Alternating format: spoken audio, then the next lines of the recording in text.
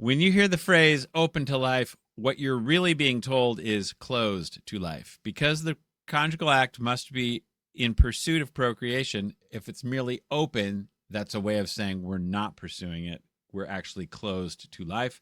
This is why the hermeneutic of continuity behind me has been inverted. You're hearing one thing, but it's actually meaning another.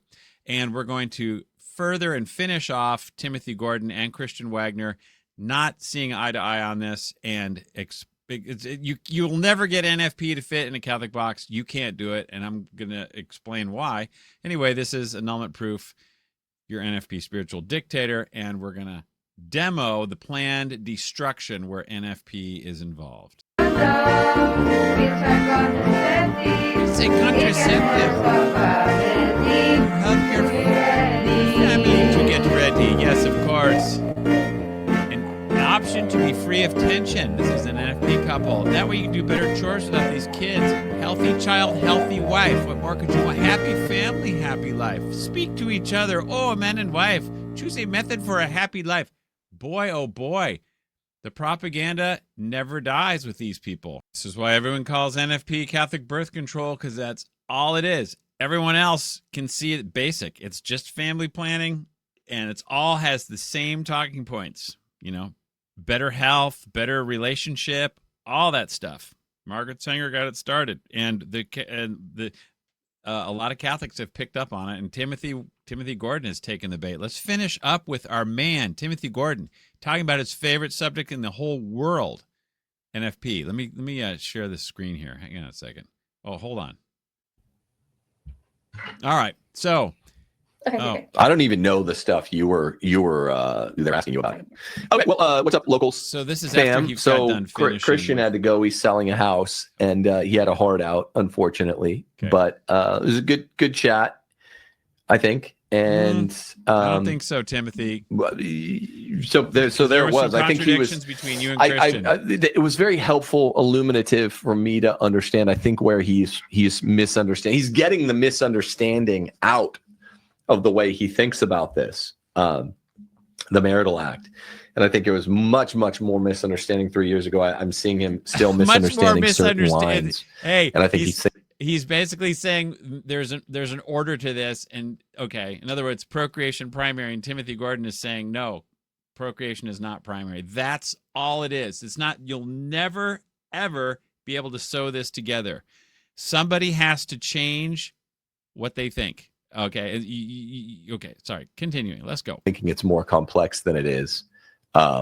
It's not complex. But so that's what I was just sort of reasoning about here. If Cassie Kanubi says there are two inseparable purposes of the marital act, two teloses that are always there, right? To be open to the generative powers. Where should I begin? Okay. There aren't Cassidy Kanubi. This is why I get a challenge to Timothy Gordon. He is, I don't know where he's getting this. Two inseparable purposes in Cassidy Kanubi do not exist, because the primary purpose is independent. And Pius XII said that it's independent. That's what it is in essence. It has to come first, which means it's independent. And like I always say, Timothy Gordon is a smart guy. I wish he would catch on to this, but I think the politics are coming before the logic and the reason and the Catholic teaching on this. What else did he say about being open to life? I talked too much. Pardon me. Here. Always there, right? To be open to the generative powers. That's one purpose. Okay, so that's being open is not a purpose. Pursuing is the purpose. So when you're open, you're just, like I said, hey, do you want a picnic that gets totally rained out? No, but you're gonna have the picnic rain or shine. So you're open to rain, but that's not what you want. Okay, if you're pursuing procreation, you cannot be merely open to it. You have to be pursuing it. That's why I say it's closed. You're saying open to life is closed to life if you're trying to sell NFP. And then the other purpose is sort of the overall good of the marriage, the unitivity, whatever you want to call it. Different language has been used in Humanae Vitae, Gaudium et Spes. Different prefigurative language was there even at the Catechism of Trent. But there's always this note of chief end being procreative powers are not blocked. The wait till he gets I can't wait to hear what he says about una caro, the new teaching, doctrinal teaching, whatever the heck, from Cardinal Fernandez. Anyway, unity. They go on and on about that. I'm going to do a video about una caro. All right. I got a lot to do. Anyway, unity cannot be described. It cannot be defined. It can only be talked about in an amorphous way, which is why Tim doesn't really have a legal definition for unity. And secondary ends are mutual help and remedy. In other words, unitivity. If those purposes of the... That's right. If secondary ends are secondary, then they are not inseparable. Okay.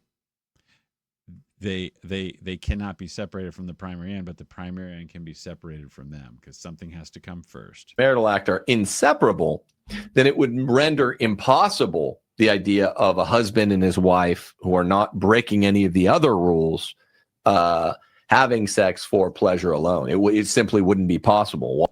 That's the point I made in the earlier video. Tim is exactly right. It's impossible to violate marriage if the purposes are inseparable, because by pursuing one, you are automatically pursuing both, okay? However, they are separable because one is primary. So this is why there's the hierarchy of ends. And like Pope Innocent the Third or 13th or whoever it was said, if you're pursuing pleasure alone, that's a venial sin. And that's because there's a hierarchy of ends. You have to be pursuing procreation first. That's the only way this makes sense. I wonder if he's going to try to comment further on this. Hang on, keep going. Why? Because it's a noble and a worthy end. And even if you're feeling primarily sort of animated, not that there's any metric to check, why am I eating a meal? I'm going to go eat a meal. Okay, so if it's good and worthy, yeah, the conjugal act can be good if everything is lined up correctly. But Timothy Gordon is basically saying there is no hierarchy that has to be lined up. It's just good in itself. So there's no. That's why he thinks there's no such thing as NFP, and it's impossible to get it wrong because there's no order. Therefore, during menopause or whatever, it ain't gonna make any difference. That's where his logic is, but he's throwing out Catholic teaching with zero hierarchy, zero natural purpose. It's just any purpose or all purpose or no purpose. As long as you're doing the physical act normally, doesn't matter why you're doing it. And now he's trying to say there's no metric for why you're doing it. Well, that's why it's only a venial sin. If you are thinking in your mind, I really don't want a baby, that would be a venial sin if it's in your heart and mind. But if you take efforts, take steps, take methods so that baby actually doesn't happen, in other words, you thwart nature, that's the grave sin. That's all contraception is. Meal after I finish this. Steph, tell me if you think this is a good analogy. I'm hungry right now, right? So and usually after I finish these sort of late lunch streams, I go get a late lunch at 2:30 or 3. Mm-hmm. I woke up and taught classes from 9 to noon, did a stream. I'm really hungry. Now, so what I think I wish Christian was around for here is, even if I'm primarily stepping down these stairs and hastening to my car because I want to go get like a Chick-fil-A chicken sandwich for the pleasure of eating, that's not what it is. It's not gluttony, because the conditions for gluttony are not met. I haven't eaten, much all day. And it's good for me to eat at this point. And because the pleasurable purpose is connected to the overall sort of biological telos of my gastro system, mm-hmm. They're inseparable. The pleasurable purpose of sex is linked to the procreative aspect, and they're inseparable. All right, time out. He's using the old Christopher West analogy that eating is like the conjugal act because it's just natural, and as long as you're not blocking or doing something weird to your conjugal act or you're eating, then it's fine. It's the same with the conjugal act. The difference is that you cannot separate the primary purpose of the conjugal act of eating from. In other words, you eat, you're gonna get the nutrition unless you do something you throw up or whatever. Anyway, hang on a second. I got to keep thinking about this.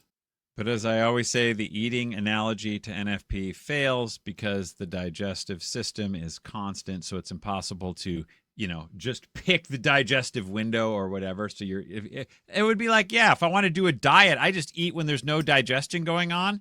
And you could eat 15 pizzas and have 0 calories because it passes through you with no digestion. All right. That's, you die.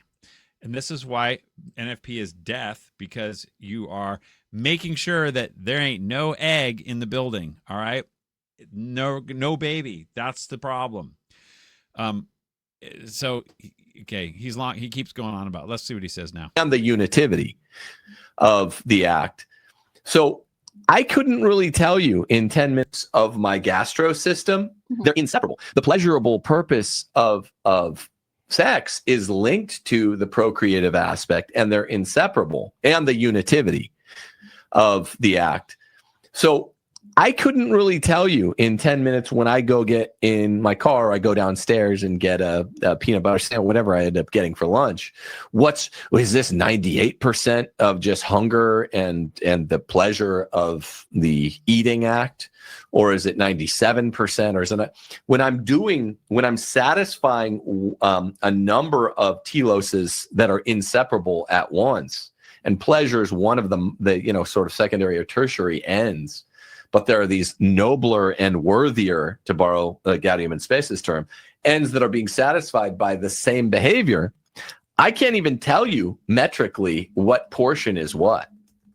So he kind of had a point there. He's like, who's going to say how much I desire nutrition over the taste of my peanut butter and jelly sandwich or something? Nobody knows, and it doesn't really matter as long as you are eating lunch normally, okay? And I think they talked about, though, how if you're eating purely for pleasure only and you have no interest in nutrition, that can be a venial sin, I think.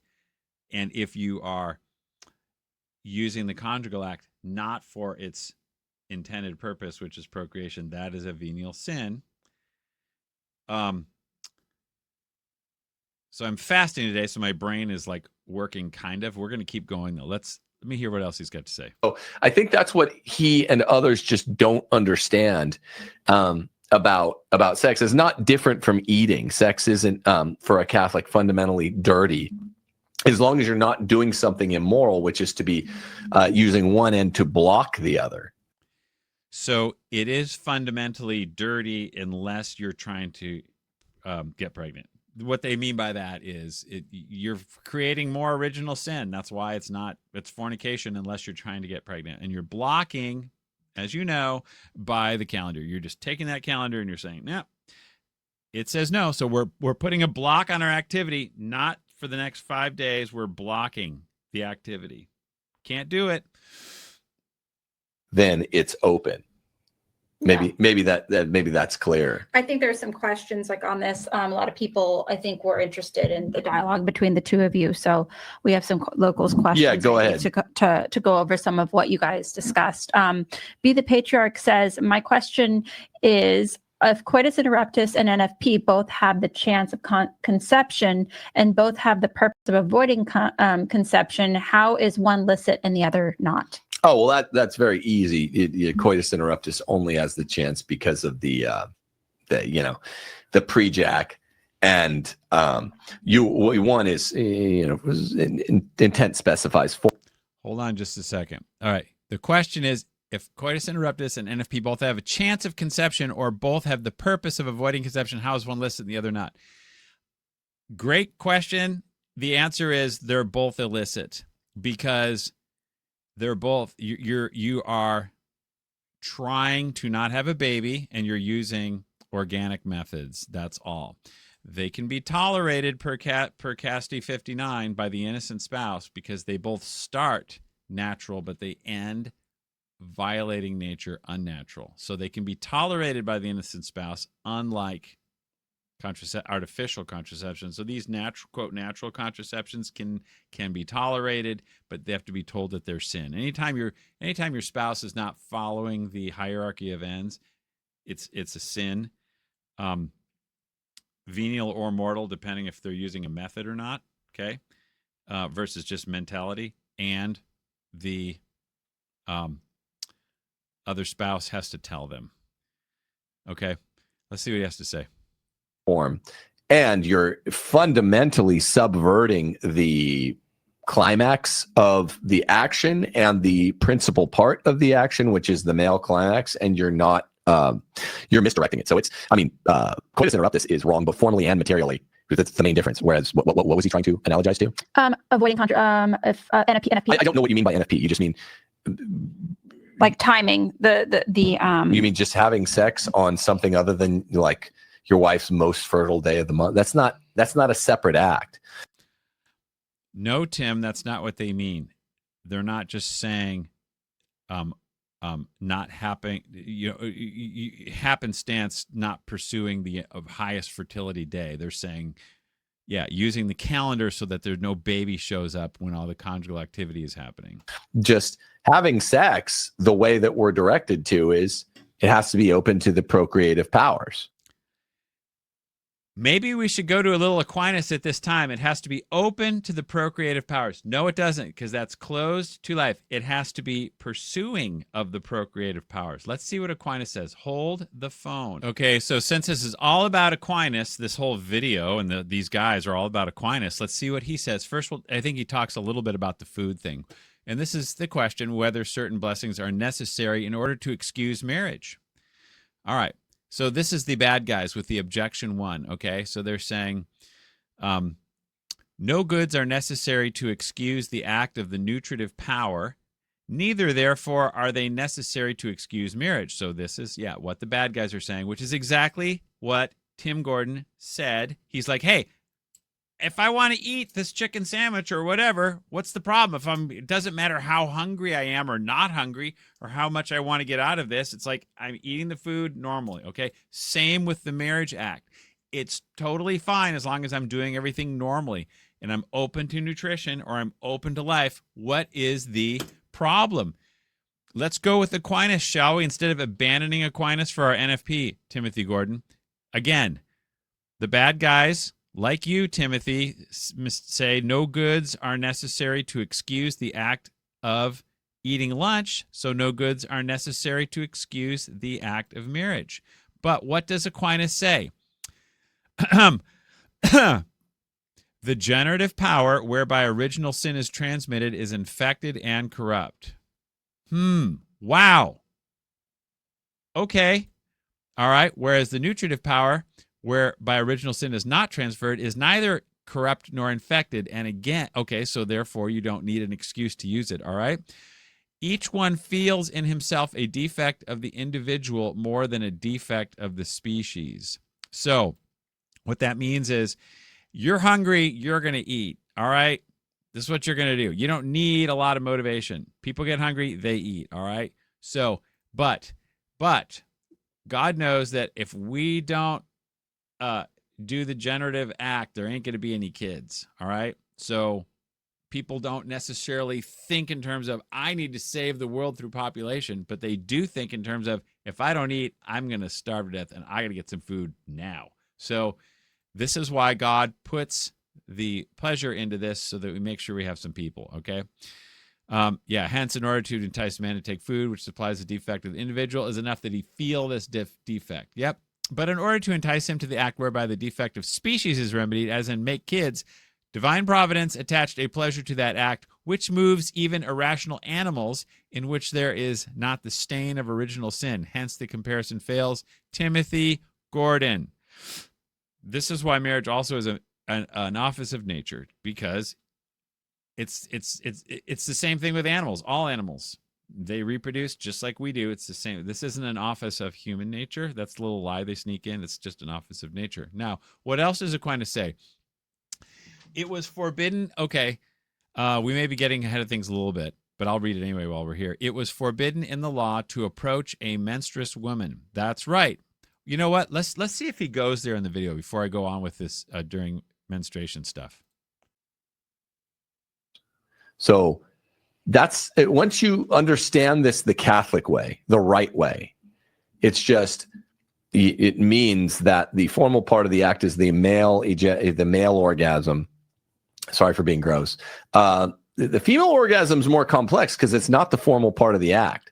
But that if you're blocking the formal part of the act by not having it line up at the right time in the right place. So it's both formally and materially wrong. Yes, you have to have the intrinsic nature and also the purpose. So there's two pieces to this. It's not even close. Whereas having sex any day of the week, 30 days of the week, or only on the there we go. 30 days of the week. Right. Okay. What about during menstruation? It was forbidden in the law to approach. Okay, that's what Aquinas says. Yeah, for two reasons, both on account of her uncleanness and on account of the harm that frequently results to the offspring from such intercourse. Really? Tell me more about that. That sounds like you're a super old guy from the 1600s that doesn't know anything about science, or older. No, 900, whenever Aquinas was around, really long time ago. I'm from public schools. Give me a break. All right. Anyway, so it hurts the kids. It hurts frequently. Harm to offspring. Why is that, Timothy Gordon? Why would a conjugal act during menstruation harm the offspring which could be produced? Why is that? I'll answer my question right now. It's because the sin transfers to the kid, and the kid has birth defects or other things that are problems as a manifestation of the sin of their parents. That's why. That's it. With regard to the first reason, it was a ceremonial precept. Okay, so yeah, ceremonial precept. This is the old law. But with regard to the second, it was a moral precept. You are not pursuing procreation. Not all 30 days, Tim, because of menstruation, okay? Moral precept. Since marriage is chiefly directed to the good of offspring, okay? That good, procreation, you have to direct it to offspring, not merely be open to it. You have to direct it. All use of marriage, which is intended for the good of offspring, is in order. We must be in order, Tim. So marriage must be intended. In other words, you have to pursue procreation, intended for the good of offspring. That doesn't mean we're just doing this to be good to people. No, you have to be pursuing the baby. Consequently, this precept is binding even in the new law. What did I just say? Let's read that again. Consequently, this precept is binding even in the new law. Timothy G. Forbidden to approach a menstruous woman. Timothy G. Okay, that's why, because it's not procreative. And if a baby does happen to come along, because it can happen, it's technically not procreative, but it can happen, okay? All right? Because of the way things, just science, all right? Babies can be born, and that's not cool because they can pick up the sin of their parents. So don't do that. Sorry, Tim. All right. Okay. When, however, the woman is subject to a natural issue, in other words, it's normal. She has the normal monthly cycle. She can conceive. So it is possible, but it's also known as a non-procreative time. And so it's not impossible. Generally, though, it's not. So you don't go there at that time because it's a manifestation of not now, not procreating now. Moreover, the said issue lasts only a short time. Okay, so where it is forbidden to approach her, Timothy Gordon, forbidden, not all 30 days. It is forbidden to approach during menstruation. Okay, and if you do, it is venial sin because there's no, even though the integrity of the act is there, there's no purpose there, so it's venial sin. In like manner, a woman is forbidden to ask for the debt during the period of that issue. Amazing, Timothy Gordon, isn't it? Maybe you hadn't heard this, or you didn't want to hear this, or you didn't want to believe it. There's Aquinas right there, which is why the talk is called Abandoning Aquinas for NFP instead of Aquinas ascending or rising or whatever they said. So I hope Christian and Timothy will pay attention and check this out. It's all be in the show notes. You'll be able to see it. All right, let's go back to our man, Tim G. Let's see what he's got to say further. the slightly less likely to get pregnant, slightly less formal days. It's just it's formally correct and it's materially correct. You are open to generativity on that day. And same thing with having sex with a postmenopausal wife. It's the generative powers that can't be blocked. It's not. Yeah, postmenopausal, same problem there, my man. Same problem. Ain't no procreation around. So it's the same thing. It's more venial sin. I probably have that in notes, but we'll get there in a minute. That you have to be every time you have sex hoping to have a new baby. It's what does Aquinas say? Should we do what Timothy Gordon says or do what Aquinas says? Every time you have to be hoping for a baby. That's right. We just read that. You must be oriented toward the good of spouses. Excuse me. Forget I said that. Oriented toward the good of procreation, the good of offspring. That is the good. Okay? Not the overall general good. That thing. You got to want a baby. And if you don't want a baby, it's venial sin. And if you take steps to avoid that baby, it's mortal sin. That's exactly what torched, toasted, trashed Onan. Planned destruction. I guess he didn't think twice, but hopefully we can think twice.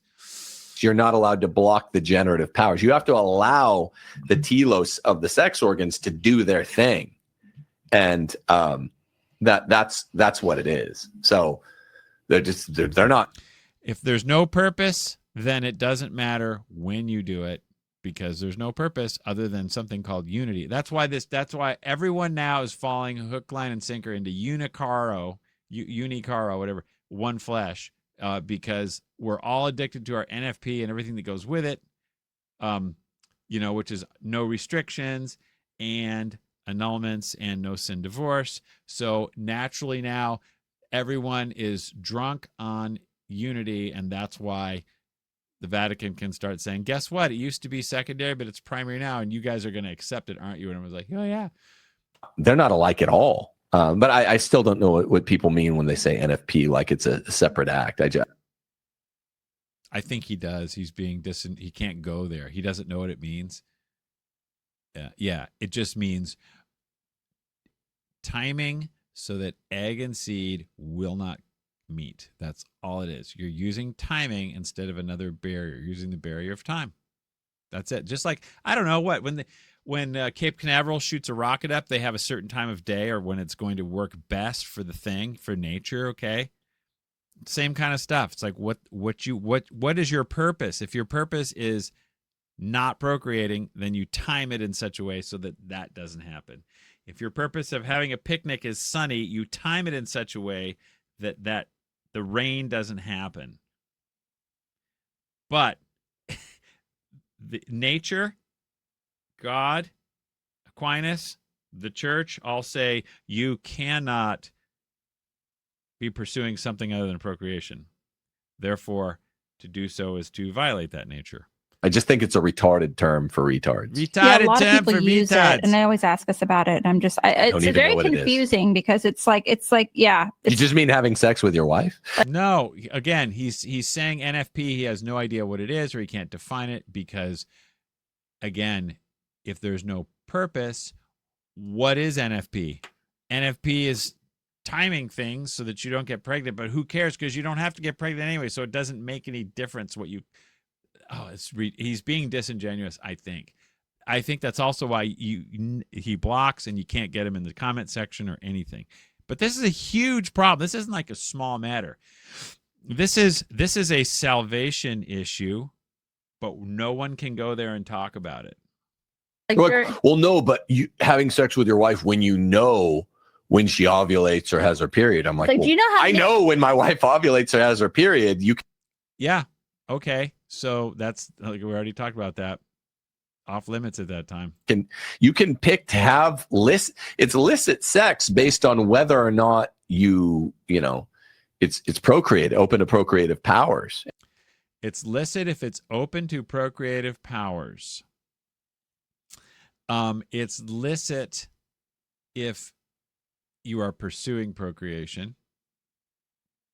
And you're married and it's unitive. No one knows. Again, how many times do we have to say it? And it's unitive. Timothy, you don't know what NFP is. You don't know what unitive is. You can't you can't define unitive purpose. If you tried, nobody can, because it has to have a legal definition. If it's essential, like you said, it must be unitive. The conjugal act must be unitive. Okay. What does one have to do to achieve this unity? What is it exactly? You can't. No, Cardinal Burke can't describe it. Nobody can. All you know is you have to have it, but we won't tell you what it is. If it's licit in all those three ways, you can have sex anytime you want or not have sex anytime you want. Oh boy. All right. So I think it's really clear where the disconnect is. Timothy Gordon has somehow gotten brainwashed or whatever through too much JP2 or something, or listening to Christopher West to fall asleep at night or something, that he keeps thinking that you don't need a purpose to the act. So therefore, it doesn't make any difference what it is your purpose is. Are you saying it's a sin to not have sex on her most fertile day? Nobody says that. That's like a straw man. I finally learned what straw man means. No, that's a goofy argument. Nobody says that, because there's no duty to procreate. And when you say marriage is for procreation alone, that means it doesn't mean you have to manipulate things to try to get pregnant. No, you don't. You just have to allow the cycle to be what it is, but you cannot be manipulating the cycle to not have babies. That's what you can't do. The what do you call it? The Sacred Penitentiary in 1880 says, hey, it doesn't matter if you're in the fertile time or not in the fertile time, or somewhere in that cycle. That's not the key thing. It's just you can't avoid fertility. You can't avoid pregnancy. So if you happen to be missing the fertile window, it's fine, because you don't have to be pursuing. You don't have to produce kids. There's no duty to reproduce. None. Because that precept is no longer binding. Increase and multiply is no longer binding. It is just nature, but it is not a precept anymore. No. Are you saying it's a sin to have sex on her least fertile day? No, because we know you can even have sex when she's postmenopausal. No, you can't. Sorry, Tim. Sorry to pour some cold water on you there. Postmenopausal venial sin. That's what it is. Quote me on that. There's no way around it. So end of story. Okay, yeah, he cannot find anywhere in church teaching that says postmenopausal is not sinful. You have to go back and digest Casti Connubii 59 to get that straight. Let's check our notes and see what we got. Just a second. Okay, let's hear a little of what St. Augustine says about during menopause or postmenopause, which is in line with Catholic teaching and what all the other saints say. It's not just an Augustine thing, okay? Well, he was wrong about this. No, it's what everyone always said when procreation was primary. When you make something else primary, it all goes out the window, and then they rewrite history. That's why I have that hermeneutic of continuity for the background. Cool. Again, when you see this, think open to life means closed to life. That's why we've inverted the colors. That's all that open to life means. When you're talking NFP, it means closed to life. Now then, let's do this. All right, Augustine, conjugal chastity 2 combats carnal concupiscence, lest it exceed the proprieties of the marriage bed. Wait a minute. Lest it exceed the proprieties of the marriage bed. What does that mean? Okay, it combats lest concupiscence break into a good. Maybe I should just go where I underline instead. Okay, here.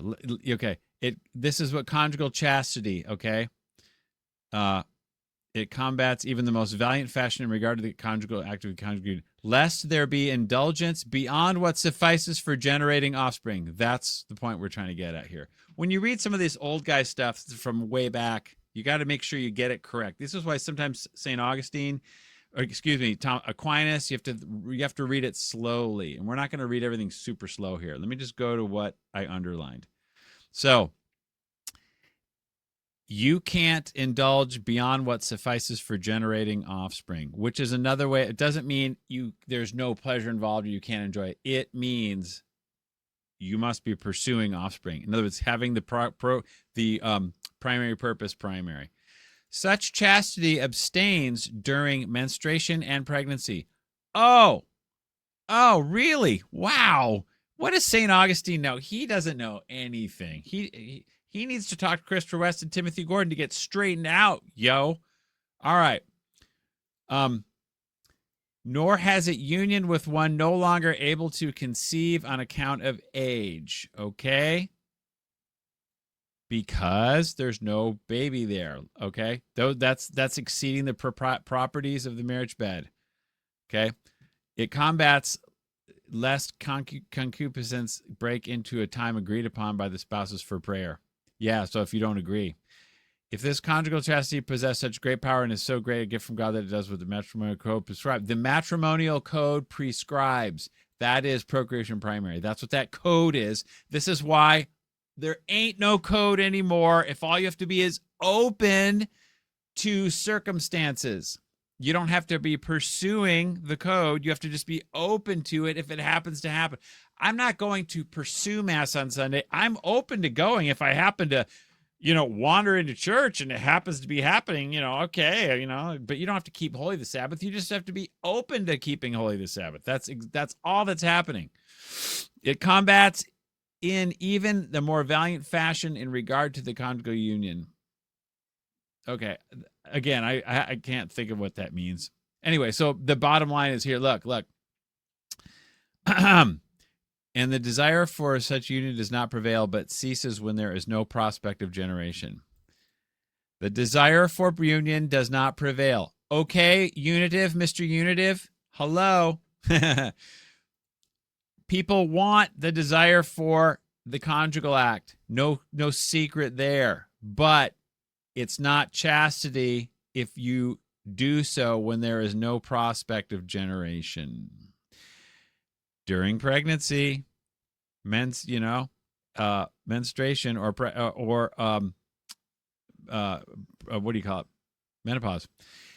But if an act is done in regard to the spouse, not contrary to nature, okay, here, Tim, check this out. This is key, bro. Look, if an act is done in regard to the spouse, not contrary to nature, that means the intrinsic nature, yet passing beyond the limit of the matrimonial code, then it is according to the apostle, it is something pardonable. What that means, what he's saying is, if you are not violating the intrinsic nature of the act, which is what Timothy Gordon seems to think is the only thing that you need.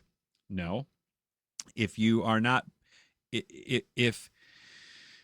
but you are passing the limit of the code, which means you are using it for something. There's no procreation available. You're using it to not get pregnant, or there's no procreation around. Okay. Hello menopause, hello pregnancy, or even if there's tons of nursing happening, you don't think there's a baby going to happen. You pretty much know it. Okay. This is a venial sin, something pardonable. That means that you can still go to heaven for doing it. That's what that means, because the carnal limit is not exceeded.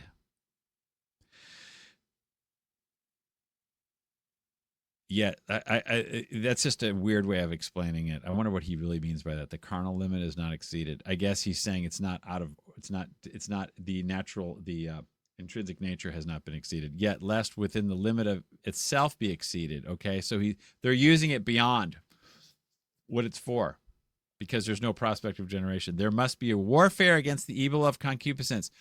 There must be a warfare against the evil of concupiscence if there's no prospect of procreation because of menopause.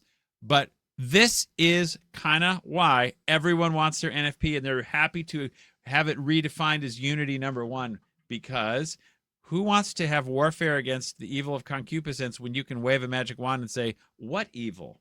It's totally fine. Everyone's like, sign me up. I'll take that NFP. Yeah. Which is so evil it must be resisted in the combat waged by chastity, lest it do damage. I don't think he goes on to what kind of damage it'll do, but you start giving into concupiscence, bad things happen. And I think smart people could help me with that one if they wanted. I guess we could talk about midwives for a little bit.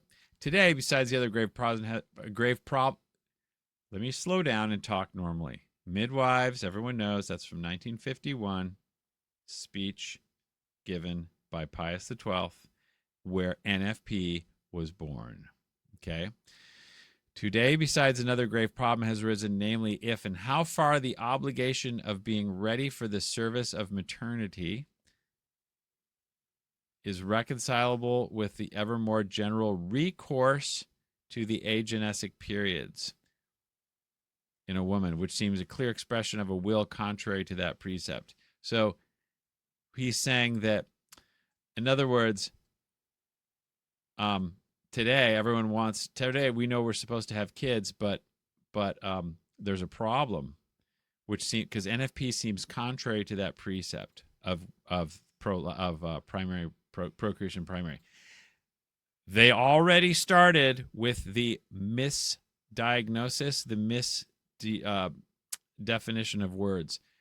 There is no obligation for maternity, let alone the service of maternity. There's no obligation to become a mother, which is why you do not have to get married. You do not have to reproduce. If motherhood happens, it happens, but you do not have to become a mother. You do not have to have kids. If you get married, there is no obligation to have kids. That notion is Protestant because they don't have celibacy in Protestantism. Therefore, it's still a binding precept, increase and multiply. St. Thomas Aquinas says it's not because Paul says celibacy is better, but they don't have that in Protestant land, so they say you got to keep having kids. And the other reason why they like to say that is because marriage becomes a duty, or procreation becomes a duty. Therefore, there can be exceptions to that duty. And that's when, and it's all natural, and that's why we use the contraception and call it nature. So there's that. Let's go back to this. Let's watch this video a little bit more and see what we get. Okay. The end of story there.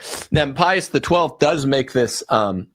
This might be from the same passage Christian was talking about. Pius XII makes this distinction where he says, basically, if someone used this sort of knowledge of NFP, fertility, of extra fertile periods of your wife, ovulation, if you use that knowledge to never have kids, and so you were married 50 years, you can't even. Basically, he's saying if you use NFP to produce 0 babies for your whole marriage, then that's not good. Of course, that's not good, but it's not about how many you produce over the whole thing. It's each individual act. And I think Humanae Vitae even says Pius XII says you can use NFP if you have a serious reason for the entire marriage.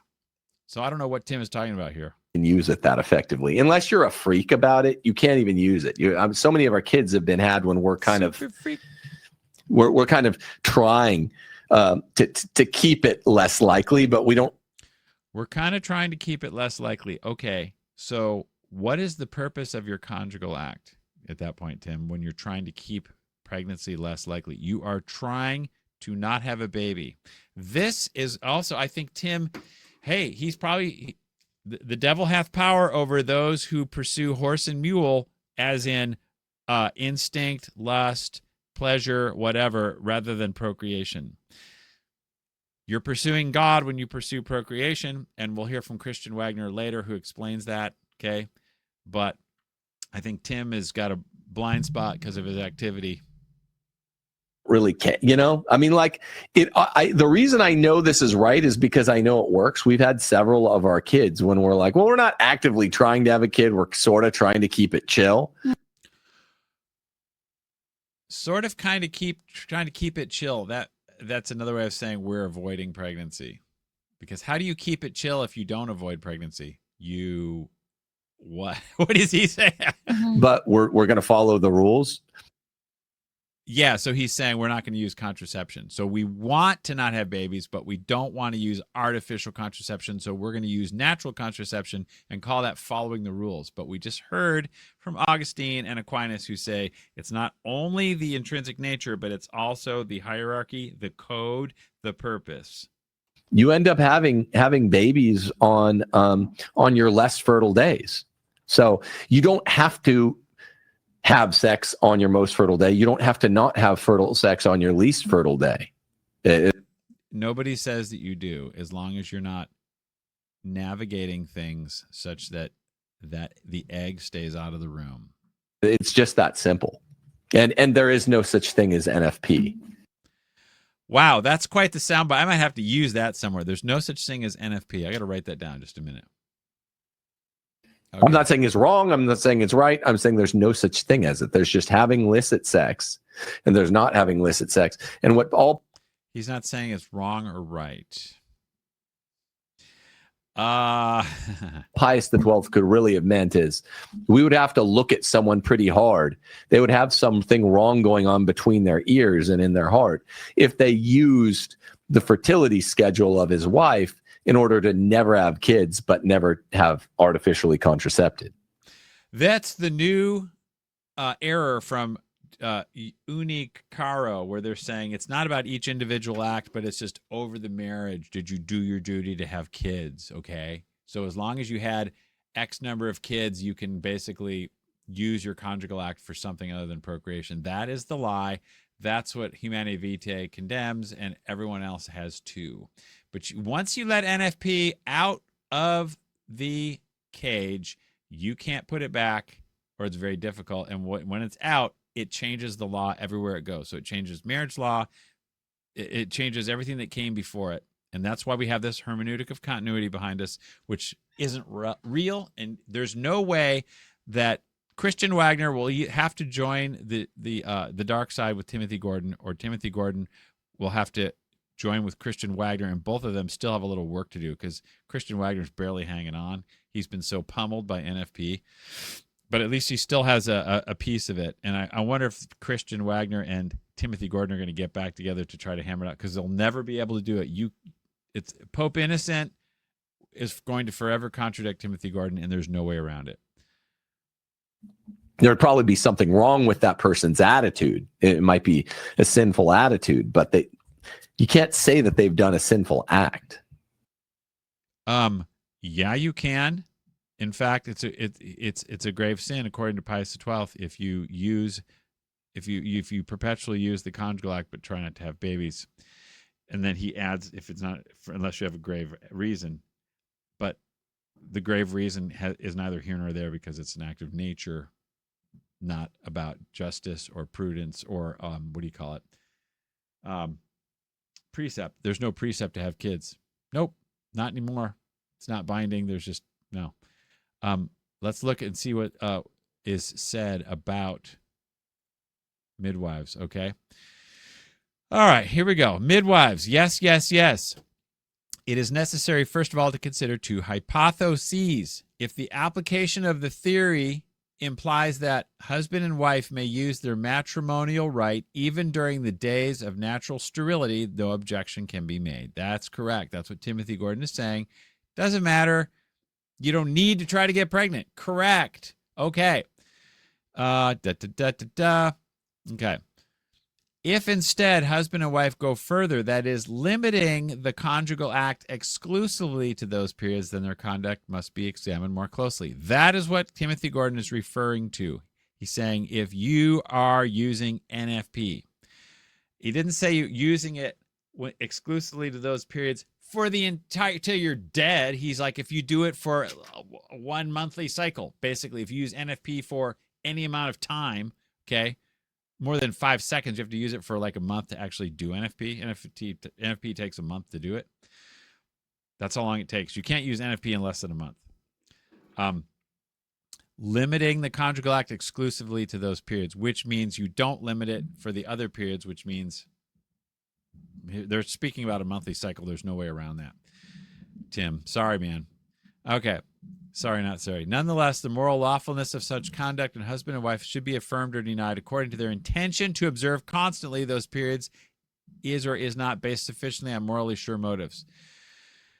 So they're saying, look, NFP is okay based on your motive. That's like saying nature depends on circumstances. Nope. There is no circumstance that can justify abortion or call it natural, okay? The mere fact that husband and wife do not offend the nature of the act, notwithstanding their precautions, okay, so this is what this is even Pius XII is disagreeing with Gordon here. So just because they're not offending the nature of the act, even though they're trying to chill out, as Timothy Gordon says, is itself insufficient to guarantee the rectitude of their intention and the unobjectable morality of their motives.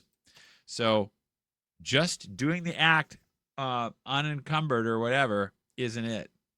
You have to have the correct intention. All right. Anyway, this whole document is like edging towards NFP, which is why it's not perfect, but he does explain that. The reason that marriage obliges partners to a state of life, which even as it confers certain right, it also imposes the accomplishment of a positive work. False, bad, no, wrong, no. Marriage does not impose that you accomplish anything. You don't have to. No, it does not impose that. It just says if you have the right to a certain behavior. That's what it says. But you don't have to produce babies. You just have a right to that act. Okay? This is Protestant. This is their increase and multiply is still a precept. All right? I'm going to go back and look at one thing because I don't know if I explained it perfectly. Okay, so this part. The mere fact that husband and wife do not offend the nature of the act doesn't guarantee that they're doing it the right way. This is because there's a hierarchy of ends. So Timothy Gordon, this overturns your wagon right here. Just because you're not offending the nature of the act, aka obeying all the rules, as you say, doesn't mean that you have the right intention. You have to have intention and nature of the act. You have to have those two things, okay? So when you use your intention to not have babies, you may not offend the nature of the act, but such that you manipulate nature so you don't have babies, that's the mortal sin. All right, fair enough. Let's keep going. By the way, I want you to, I'll take all the likes and subscribes I can get because that really helps, as you know. And also, it's free. And if I say stuff that you don't think is sounding so good, please don't be shy in the comments. I'll talk to you as much as you want. Unlike everyone else I can find that just doesn't engage in the comments, they won't go there. Anyone can get on the mic and just blab on, or anyone can get on Catholic Answers and say stuff and cut the mic for people and everything. But if you want to, you've got to be able to back up what you're saying, or you're just giving your opinion, man, kind of like, typically. So I'd back up everything I say, and if you want to challenge me, like, again, don't hold back. Don't you dare. Don't you do it. All right. Imposes the accomplishment of a positive work, a positive action. Increase and multiply may be omitted for grave motives. Yeah, that's true. Okay, first off, like as I said, there is no duty to procreate, so marriage does not impose that you accomplish anything. Now, that positive action, increase and multiply, it may be omitted for grave motives. So yeah, in other words, you can't do the act if you think, we can't have another baby right now. Then you don't do the thing that makes babies. That's all that really means. But they're trying to create the new hermeneutic of continuity. They're trying to take procreation primary and make it procreation secondary, and they're doing it right before your very eyes with some definite black belt judo wordsmithing. Independent of goodwill of those who are independent of the goodwill of those who are obliged to perform it, show that its performance is inopportune, so you don't want to have a baby right now, or prove that it may not be claimed with equal right by the petitioner, in this case, mankind. Hang on, I have to digest that. Okay, all Pius XII is doing is a fancy way of saying, look, the world needs your babies. So if you have a grave reason to not have the babies, you can tell the world never mind. So you don't get to claim that. So the petitioner for the baby is mankind. Okay. So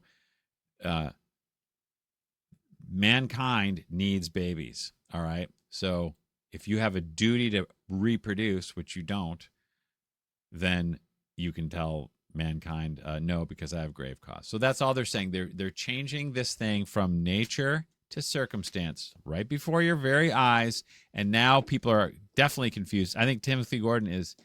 I think he seems to have graduated to confusion level. I don't know if he's got. I don't know about. I can't judge what level he's at, or his ignorance, or what he's willful about, or whatever. But I do know that he sure as heck doesn't want to go there in the comment section. That's for certain. The matrimonial contract, which confers the married couple the right over the body for acts which are of themselves suitable for the generation of children. Yeah, I think I added that in there myself. Why, I don't know, but I did. Anyway, the matrimonial contract, which confers on married couple the right over the body for is to satisfy the inclination of nature. Oh yeah. Oh, I just added that in there because which are of themselves, because we have to know what the matrimonial contract is. It's not to produce. There's no contract to produce babies. It's a contract to have the right to the act. That's all. You have the right to swing the bat. You don't not have to have a certain amount of base hits or home runs. You don't have to. You have the right to swing the bat. If a ball happens and you hit it pretty good, there you go. But you have no duty to produce a base hit or a home run or anything. You have the right to swing the bat. That's all it is. And you know what? Sometimes it hits the ball and sometimes things happen. And that's how baseball happens, okay? Anyway, to satisfy the inclination of now married couples who make use of the specific act of their state, nature. Okay, so married couples who do the conjugal act, nature imposes the function of procreation, not precept does not impose the function, nature does. This means it can't go away, and that function can't be done away with because of circumstance. This is where Pius XII and Humanae Vitae are self-contradictory. There's no way around it, because he's saying nature imposes the function of procreation, which means it can never change. Okay? It's the order established by God, aka nature. That order, okay? This characteristic service which gives rise to the peculiar value of their state, the bonum prolus, the individual and society, people of state. Okay. So they depend on that order. Yeah, fine. Therefore, to embrace, so this is where the setup. Therefore, to embrace the matrimonial state, to use continually the faculty proper to that state, so to use the conjugal act to avoid its primary duty or its primary nature, because nature says that is what you're supposed to do. There is no duty. How many times do I have to say this? No duty to procreate, but there is nature. To avoid its primary nature would be a sin against nature. That's right. So look, if you use the conjugal act in such a way that you avoid its primary nature, that would be a sin against nature. That's all they're saying. That is what NFP is. Timothy Gordon, you want to know what NFP is? It's to avoid the primary nature of the purpose, okay, is a sin against nature. That's what every Catholic thought, and that's what Catholic Casti Connubii teaches. Then they try to take the conjugal act and divorce it from nature and call it duty, okay? Therefore, you can have an exception to your duty. You don't have to go to Mass if you're bleeding to death. You don't have to have a baby if you have grave circumstances, so you can use nature to not have a baby, and therefore we have a new purpose. Therefore, nature is circumstantial. Nature is up for me to discern what it is. Bruce Jenner picked up the slack from there, and there's no way around it, and you cannot, and love wins. That's where it comes from. Okay, so here, Timothy Gordon, check this out. Like I said, Pius XII said that if you want to use, quote, NFP, so you have no babies for your whole marriage, it's okay. Look, if you have discerned that you have serious cause, serious motives, okay, which are medical, eugenic, economic, and so-called indications. By the way, in Casti Connubii, they said, I don't care about all these indications. That doesn't matter how grave your necessity is. You can never start calling what is unnatural natural. And that's all NFP is. They're saying the nature, you're taking nature and you're not doing, you're getting rid of the order. That's a sin against nature. So look, may exempt the husband and wife from this obligatory positive debt. Ha ha ha. They're calling they're calling baby production a debt for as long a period or even the entire period of the matrimonial life, Timothy Gordon. So yeah, you can use NFP your whole life. You do not have to have kids if you have a grave reason. You can just you can use the act perpetually now if you have a good reason, as long and avoid babies. It's the beginning of the end right there. 1951, they put a hole in the dam, and it took about 5 seconds before the dam broke. And Christopher West got in his kayak and went right over the falls, and that's what happened. Okay. From this, it follows, as you can see, there's a lot of new encyclicals and stuff. They always say, in this context, in light of these new facts, it's like gaslighting. From this, it follows that the observance of the natural so NFP may be lawful from a moral viewpoint. If, however, according to a reasonable and equitable judgment, that's man over nature, I say. So you can use your NFP if you're reasonable and you judge yourself, okay? So this is man getting in the way of God and saying, we know what nature is. This is man over nature. That's all NFP is. There is no such grave reason. It will to avoid the fecundity. This is more Weasley not being direct. Listen to this. So if you don't have a grave reason, okay, the will to avoid fertility while continuing to satisfy their sensuality, that's the purpose of the conjugal act. If you're not trying to get pregnant, it's called flesh, baby. Flesh for fantasy. So if you don't have a good reason, they're saying, and you want to avoid the fertility and just pursue the flesh, it can only be the result of a false appreciation foreign to sound ethical principles. And I say that's weak sauce, of course, violation of nature, mortal sin. So they're saying, look, if you use the conjugal act to not have a baby, that's just basically, we're going to call that kind of a negative development. That's just really not really what God would hope for, okay? It's called salvation issue. You go to hell for that. That's what it's called. But we don't talk in those terms, and we're not trying to alarm anybody, so we're going to say some weaselly little words. You know, if you were to take your neighbor and cut their head in half with an axe and then feed the body to your children, that would only be the result of a false appreciation of life and motives foreign to sound ethical principles. Cannibalism or whatever would every sin falls into it. No, you're violating nature. You're going to hell if you do that objectively. I think God cuts a lot of people a lot of slack because a lot of people are confused and there's so much wrong information. Internet save us though, man. That's why don't believe me. That's why I want Tim Gordon to come on the comment section and straighten me out. Anyone know him? Anyone can get a memo to Tim? You know, no problemo. No problem. He should probably be able to just absolutely nail this down. No sweat, right? Okay, let's go back to the video. Hit it, Tim. Next question. Let's see. The woman pollution thing is very confusing. Yeah, that's one where you push the conceptual limits as a metaphysician of what the formal part of the act is. We don't care about that. It's too stupid. Hang on. Let's find out. Here we go. Study commission on it. Be the Patriarch says, looking at the numbers, the chance for conception is about the same. The numbers, looking at the numbers, the chance for conception is about the same.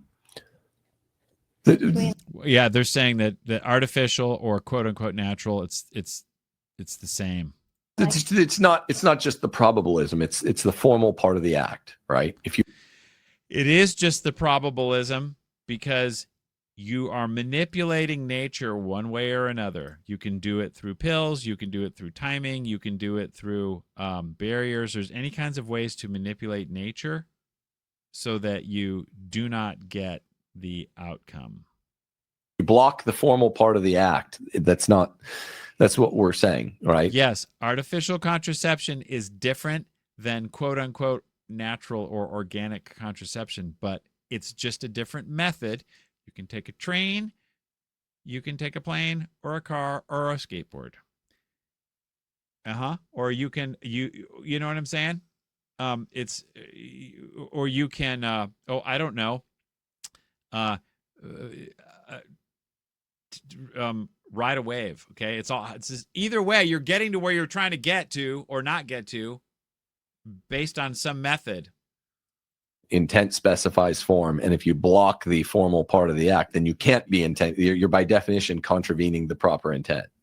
Intent specifies form. I think he's saying, yeah, okay. I hope I understand what he's saying. Therefore, if your intent is not to have babies, then there's your form right there. And if you do something to the form so that you don't have the baby, you're violating the nature. So I was using probabilism to show Christian another sort of practical principle, but you're admitting coitus interruptus is just straightforward contraception. Because it's contra babies. You don't want a baby. So anytime you do something so that you don't want a baby, that's contraception, right? You can abort a baby. You can abort a mission. You can abort eating your bologna sandwich. You know, abortion doesn't mean just one thing. Contraception doesn't mean just one thing as far as a method goes. It can be applied. Or consummation. You can consummate a lot of different things, but consummation means to finish. So contraception means you are doing something so that you do the act without the baby. It's always a violation of nature. It's just straightforward contraception. You can't do it, right? You can't. You can't skip over the formal part of the act. Jim says, okay, hang on, that's it. It's unnaturally hot. Interesting thoughts, Tim Gordon. Okay, Be the Patriarch says what you said made sense about the NFP and stuff. Yeah, it's just formally and materially wrong. Whereas having sex and hoping for the best, hoping we don't have a baby in 9 months is just licit having sex. You followed the rule. It's not licit because you have to hope to have a baby. If anyone wants to see all the quotes from all the saints and or Aquinas on that, let me know. I got them. If I haven't sent them already or if I'm getting to it, it's on the show notes. It's on a whole bunch of notes I have. Open to life is death. Open to life means closed to life. You must be pursuing life, either habitually or particularly. Rules, right? I mean, not to be gross, but the man had the climax in the right place. It's like being obedient versus not. God says All right, so I think that was it. Let's go to 1612. 1612. Right there. Okay, what's he got to say? Be the Patriarch says, I think people mean scheming not to conceive when they say NFP. That's right. That's what it seems like. Yeah, but I mean, really. So scheming is fine. Isn't that an action? Planning, scheming. Scheming for what? Scheming to not have a baby, but scheming to do the thing where babies come from. You cannot fool Mother Nature on this. You can't fool God. It's not scheming, it's hoping. No. It is scheming because you use a method. It doesn't occur in nature. Now, you can hope people with no knowledge of NFP can hope there's no baby or hope there is a baby. And if you hope there's a baby, that's fine. That's good. If you hope there's no baby, you're sinning against God, okay? Because God wants babies. So you're saying, no, God, I don't want what this thing is for. Oh, think about this. Our Lord being crucified, he was so sad. It was heartbreaking because all his children they're going bad. A bunch of them were, right? Crucifying him. Also, he wants people for heaven. He wants to populate heaven. How do you kill the population? Use a method of family planning. That's how.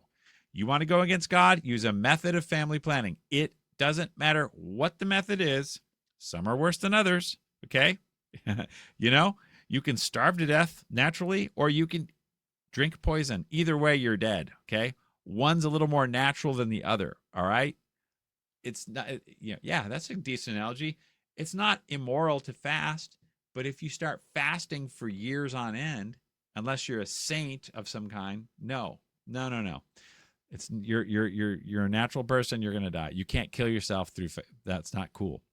Like if you do the right thing, you can cut. There are times when you're gonna want a kid more than others, and if you're doing the right thing, I mean, first off, if you accept it's a noble and worthy act for husbands and wives to be having sex with each other, and then you do the right thing and you leave open the generative powers, then it's always a possibility, even on the least likely day of the month, because women are always kind of flipping around their cycles, even if they're. As I said, you don't. It's not about leaving open. You have to be pursuing more regular. That's why it never drops below 3 or 4% 15, on 30, the are we over least fertile 16? day of the month. So it's not scheming; it's hoping. It's hoping. Okay, well, I'm hoping. No, dude, it is scheming. As I said, you're using that calendar. It's your scheme. Schematic. That's the calendar.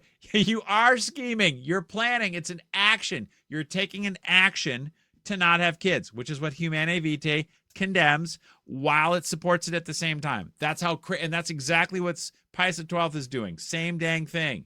He's saying, oh, you got to have babies, and it's natural, except when it's not. You can scheme to not have them. If you have a great, makes no. Hoping that the 3% comes up, not the 97% comes up, not the 3%. You obeyed though. You proved your faithfulness to God. I don't really want another kid now, but if that 3% hits, then fine. And you proved your faithfulness to God. What you did was you proved your aversion to what God wanted. Okay, that's what NFP is. It's not God's will. Don't fool yourself. When we hear open to life, it's closed to life. Contraception. There's no way around it. Anyone want to argue that? Don't be shy. Anyway, remember, if you are not against NFP, you're not on the team. So go out there and stay toxic. When she says yes, yes, yes.